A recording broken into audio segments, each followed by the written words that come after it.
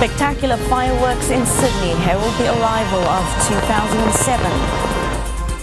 At home, with barely 5 hours to go, police hit the streets and patrol the biggest celebration hotspots. And an astrologer looks into her crystal ball to predict what's in store for the next 12 months.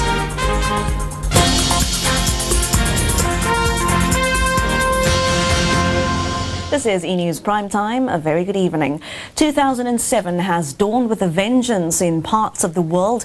Australia celebrated the New Year with its traditional fireworks display above Sydney, while thousands turned out in the streets of Hong Kong to usher in a brave New Year. Let's take a look at some of the celebrations and preparations from around the world. 4, 3, 2, 1! Happy New Year! Australia is always among the first to celebrate the New Year.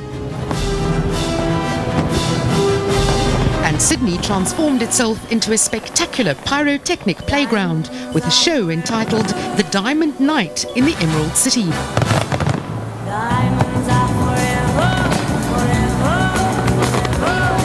It was a double party for Oz as Sydney's Harbour Bridge celebrated its 75th anniversary.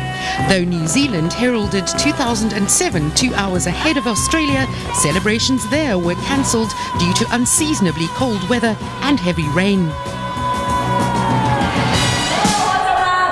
A different story in Hong Kong, where thousands turned out in the streets. Music, lights and crowds of people welcomed 2007, but fewer than usual lit up to celebrate. Hong Kong went virtually smoke-free at the stroke of midnight, as new laws came into effect making smoking in public illegal. And in the city that never sleeps, feverish activity ahead of the traditional Times Square countdown. Happy New Year! Whoa! New Yorkers are putting the final touches to the legendary show. No superstition here, rehearsals are an important part of stepping smoothly into 2007 in the Big Apple. And if last year's celebrations are anything to go by, New York will ring in the new year with its usual dazzling shine. Well, back home, authorities are gearing up for South Africa's big celebration tonight, increasing their presence at the nation's party centres. A common sight on New Year's Eve in Hillbrow. Residents throw missiles out of their windows. Gunshots ring out, and emergency personnel are stretched to the limit. But in recent years, they say the mayhem appears to have died down a little.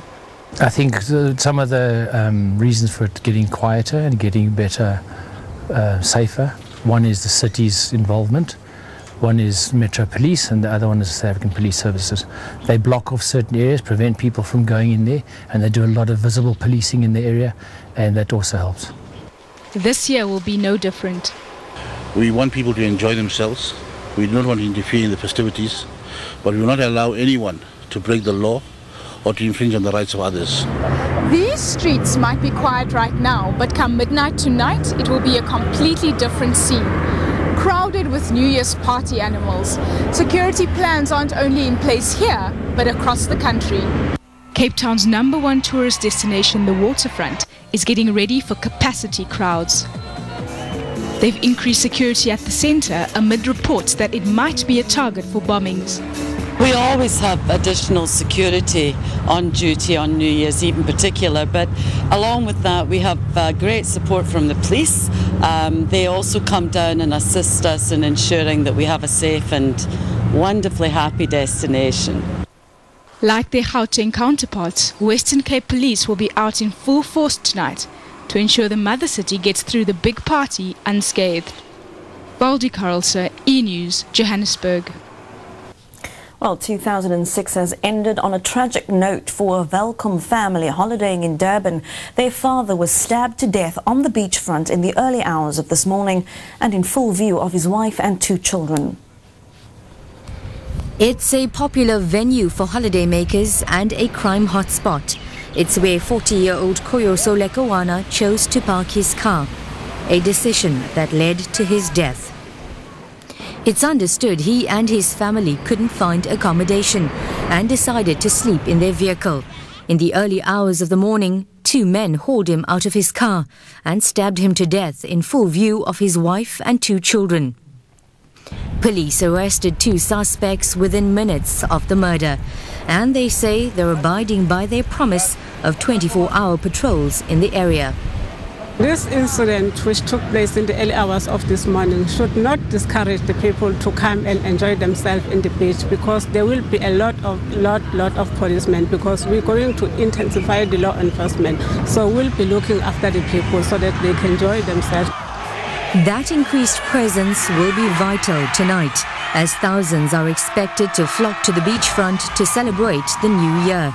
But locals aren't convinced that it will be a trouble-free night.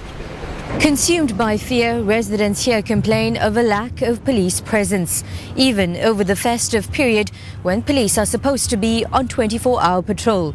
But as the clock ticks down to 2007, police have vowed to make sure the new year is ushered in safely here and in all other party hotspots in the province. Vanessa Govender, E-News, Durban. And as police prepare for the party onslaught and South Africans put their New Year's resolutions to bed, astrologers are looking at what the stars have foretold for the new year. For astrologers like Linda Shaw, the future is all in the charts. And if a reading of the stars is to be believed, South Africa is on track for riches. South Africa is moving into an energy of enormous success and prosperity after May. But there is a danger of overplaying our hand, of being too optimistic, of thinking, what the hell, of gambling away our chances. And what of our leaders? Shaw predicts former Deputy President Jacob Zuma will not take over from President Thabo Mbeki, and that our president will lose interest in South Africa, turning his attention to global matters. And it seems there might be quite a bit to preoccupy his mind. Shaw believes US President George W. Bush is in for a terrible year in office and could even be impeached. Bush. He's just feeling trapped. But I'm thinking more of a nuclear accident than a nuclear bombing, deliberate bombing, that's going to involve Bush. But he's going to make some horrible mistakes, and he's not going to be with us much longer, I'm fairly sure. Shaw's also warning 2007 will see several devastating natural disasters, including an earthquake in California and potentially deadly activity at the epicenter of the 2004 Boxing Day tsunami. Lukhanya Kalata, E-News, Cape Town. When E-News Primetime continues, one of the world's most notorious dictators is buried under cover of night. Saddam Hussein is laid to rest in his hometown.